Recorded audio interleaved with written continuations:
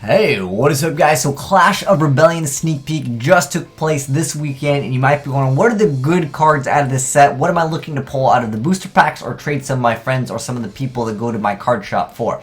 Anyways, I did all the homework for you. If you want to go ahead and check out the full list, I'll put it down below in the description box, but we're just here to check out the really good cards. Now first off, I want to talk about the cards that I think will actually hold value, which means that they will be more relevant longer down the line of the way Yu-Gi-Oh works. So anyways, the first card I want to talk about, and I haven't talked about this at all on my channel, is Archfiend Eccentric.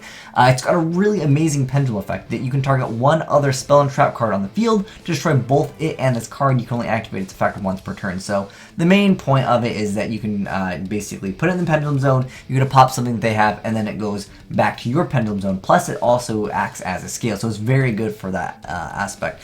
And then also you contribute a card that target one monster in the field, and you get to destroy it. So the monster effect and the pendulum effect are both very, very viable. You can just be like, oh, you know, let's say my opponent has something that's stopping me for a special something. I can go ahead and just pop it. Really great card indeed. That's the only card I really wanted to really talk about and go in depth with. There's also Storm Mirror Force. This is a secret rare from the set. The other card was also a secret rare.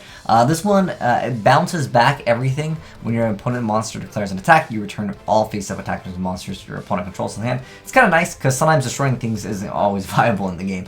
Another great card I think will be more of a side deck card than anything, and it's a quick play called Mistaken Arrest. It just makes it so until the end of your next turn, after this card resolves, neither player can add cards from their deck to the hand except from drawing them. So it's kind of like a mini card of another card that we've already seen, and it's been seeing some play. Now that's it for, I would say, that the cards that will be viable throughout the basically like the next couple sets. The other cards are going to be more archetype based, but these are also cards that are technically at high priority. They're like value cards, they're trade bait cards. The Kozmo Farmgirl, she's an ultra rare, and she's actually pretty darn expensive. The other card isn't necessarily like as expensive. Also, not only is it a super rare, but it's not necessarily needed as much as the Farm World. And in addition to that, it's just also super, like I mentioned. Cool artwork on the cards, though, for sure. The Kozmo archetype is definitely interesting. If you guys haven't checked it out, I'll put a link down below in the description box so you guys can kind of understand how basic OTK and the basic concept of how the deck can run. Another deck that is also kind of introduced into this set is the Igknights. There's a lot more, like more crazy support coming out for this archetype. It's going to be the archetype that I think is going to be one of the best archetypes in a long time, but it also depends on if we are ruling that Key Beetle effect works. I know in the OCG, they ruled it on some tournaments that it worked, and then there was some tournaments that they said, wait, it doesn't work anymore, and then like completely stopped it. So if you guys don't know what I'm talking about, it's probably one of the more broken things in the game. It kind of loops itself because basically how they work is that you need 2 cards in the pendulum zone. You destroy both of them, then you get to add one. Now, if you use something like Key Beetle to protect one, you're not destroying both of them, although you still get the search. What's interesting to me, like some people are like, well, you're not destroying them, so it doesn't get the like full search. The thing with Kanahawk, though, Kanahawk reads, if you guys are familiar with Ritual Beast, you can like basically use its effect multiple times, even though the conditions technically aren't properly met, in my opinion, as well as other people's opinion, because it says that, and if you do, it says that you got to return these cards, and if you do, and you never really actually do that. So I don't know how they're going to rule this in the TCG. If someone knows already, let me know in the comment section below, because this is a huge deal with Igknights. You can also FTK other ways. Technically, with the Lavalval Chain Gun, you lose that FTK, but the deck can pull out a number 86 with 4 attachments if they ruled that in the beginning, which I assume they might just be like, oh, it's fine, like the old Tour Guide Xiangke detached thing that worked in the beginning, and they're like, psych, it didn't work. Highly recommend you guys check out the video, because this is going to be a very nasty thing in the TCG if they rule it that it does work. You don't need Lavalval Chain for this combo, by the way. But yeah, highly recommend you guys check out that video as well. Next up, other than the Igknights, again, that all comes down to if that effect works. If it doesn't work, I still think that they are going to be a very, very strong archetype in the game, because they can search for days, and then on top of that, you have so many searchers, and they're getting another search, and then we have, what is it, the Wavering. There's so many searchers for pendulums now, it's absolutely crazy. Another card that is interesting, a lot of the stuff in the Red Eyes is actually pretty expensive right now.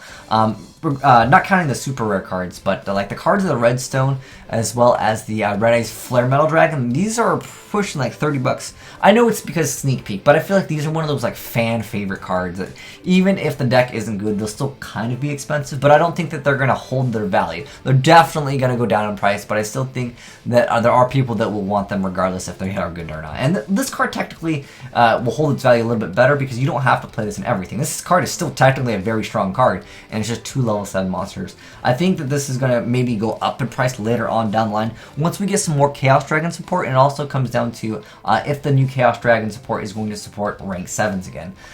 Next up, there's a really great Infernoid card in here, a Decatron. If you play Infernoids, you probably have already messed around with this card. This card is really important for Infernoids, so Infernoids might see a spike in play. They have actually topped a few regionals, but they haven't done, first place at a YCS, to my knowledge, as of right now. But nonetheless, this is a great addition to the deck, and it's an okay card. As far as trade bait, but it's conditioned obviously to one deck. There's another really great card in here that I really like because it opens up the door to like crazy combos. If you guys haven't seen, basically you can use like an Atlantean like 1-card combo. You basically summon Deep Sea Diva, and we are still waiting on the Atlantean Pritz, but if you want to check out the video, I'll also put a link down below in the description box. It was called Child Dragon, and you can basically Mooling Glacia them, and then you can go for like Dark Matter Dragon, and you can do a lot more shenanigans. Anyways, even though the Dragon Rulers are banned, it just opens up the doors to a lot of other things. Plus, maybe we'll get the Dragon Rulers back. Who knows? With all these like other level 7s that come out, and they're like, oh, maybe we'll bring back the Dragon Rulers. Let's see how they do. Because we never got to mess around with the Galaxy Eyes combo. But nonetheless, I think this is a really cool card. It probably won't be expensive, but I think it's a great card, and it opens up the door to other things. And I think it's an awesome card. Next up, the Oddish Rebellion Dragon. This card is a little bit expensive. It's used in the Magician deck. It's basically an OTK-oriented card, very strong card, and I can't believe this card came out, and now that I'm looking at this, it's not that big of a deal. When I talked about what if this card actually came out, and then like it came out, and it had like basically the same effect. It wasn't exactly the same effect as I think in like the anime, but it's pretty darn close, and it is an amazing card. So anyways, it's kind of cool. It's a Exceed that's also a Pendulum. I made a video specifically on it, but nonetheless, it's primarily used in Magicians, although other decks can technically make it get 2. It does require 2 level 7 Dragon type monsters, so just as a heads up. Aura Mage Jasmine is pretty expensive. A lot of the Aura Mage stuff is actually kind of expensive. Well, there are ultra. Well, this one is a secret rare.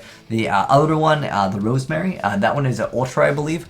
But I don't know why this deck is really expensive. If you guys haven't checked out the deck, I'll also put a link down below in the description box, man. So you guys can kind of check out which deck that you might be interested in building, because maybe you might play it yourself, or you see how it kind of works and you're like, I'm not too interested in that archetype because it's maybe too expensive or too difficult to play, or you just don't like the mechanics of it. Aura Mage is, I feel like it's a win harder type of deck, and it doesn't compete with the other things that are out in the game, things like they're called the Xiangke Magicians. I don't know, these were like the Magispectors. That's another archetype that I think is pretty good. But the Magicians, they're pendulums. They have like a really amazing searcher card, and they're a pretty decent archetype. But nonetheless, nothing is expensive as of right now. They're getting more support in the future. A lot of the stuff is all getting more support down the line. Also, the Blackstone of Legend. This card's kind of expensive. Again, it's probably just one of those fan cards, plus it's sneak peek, so it's like doubling, or more than double what it should be, because I don't think that the Red Eyes deck is very viable. Like, it's not going to be able to compete. Like, Necros would still like wreck this deck, no problem. That's an older archetype. But if you guys are interested in like seeing the Red Eyes, I'll put a video. Like, this video is all about just like showing you guys how what cards are good. It's also to show you guys which decks have different play styles, and you can decide for yourself which one is good or which one isn't good, or which one fits your style or not. I also wanted to mention really quickly that Chicken Race or Chicken Game is actually a common. It is also a short print. If you guys are unfamiliar with what a short print is, it means that even though it's a common card, it doesn't get printed as much as the other common cards. We've had cards like this in the past. One excellent example was Vandy's Emptiness, but that card was expensive for other reasons, because Starstrike Blast was not a set that had that many prints.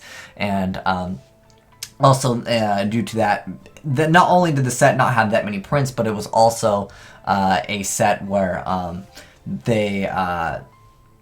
they short printed it, so it was like double. So that's why Vandy's Emptiness. I'm not saying Chicken Race is gonna be like a $40 card, but nonetheless, Chicken Race is, or Chicken Game is what they're calling the TCG. It's still a great card, and it's still worth like a couple of dollars. So you know, maybe if you know you're getting a trade or someone doesn't like want their commons, you can be like, oh, can I have your Chicken Race or something like that. You know, there is technically still money in some of these smaller cards. Like a playset of Chicken Race is almost $10, like $3 a piece right now. So you know, this is definitely a great common. Maybe add as a throw-in or something like that. Great card. But nonetheless, guys, check out how Igknights play. Check out how the no, what is it called? I call it Child Dragon. They changed the name. It's like Tatsunoko and the TCG. I love this card. Like it's really cool what you can do with it. And like I'm waiting for that Lantian Prince card. I want that card to come out because it does a lot of shenanigans and a lot of stuff that shouldn't actually be done in the game. But anyways, let me know, guys, what's your favorite card that we talked about, or perhaps we did not talk about. If you felt like I missed out on any cards, let everyone know in the comment section below how much of a scrub I am. But those are the cards that I thought that were actually really good in this set.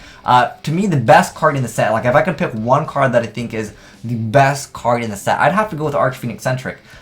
Even though it's not specific to an archetype, it has one of the most amazing effects because it can basically become pop spell, it can become just there as a pendulum scale, it can also pop monster. So it has one of the best utilities. And also it's one other, well, it says other spell trap, you can't destroy itself, but it's not too relevant, but for the most part it can be set or face up, and as well as with the monster, you need to target one monster in the field, because some cards are like you gotta target face up, you gotta target face down. This is just an amazing card. It could be an excellent side deck card because it can do any wonders for like multiple decks, and it has that multiple utility, whether you need to get rid of a problematic card that's stopping you from special summoning like a back row, or a monster that's problematic. So I feel like this is probably the best card of the set. But yeah, like I said, I'd love to know what maybe your favorite card is out of the set. But yeah, that's mine, and I think it's probably one of the cards that'll definitely hold its value, because, I mean, we pop, basically one card in the field. You will lose your normal summon, technically, unless, of course, you're summoning it by other ways. But anyways, thanks for watching, guys, and check out the other videos. Like I said, watch the Ignite one at least, because if this works for the TCG, even for our first few months, it's going to be crazy. But anyways, thanks for watching, guys. Asian Eyes out.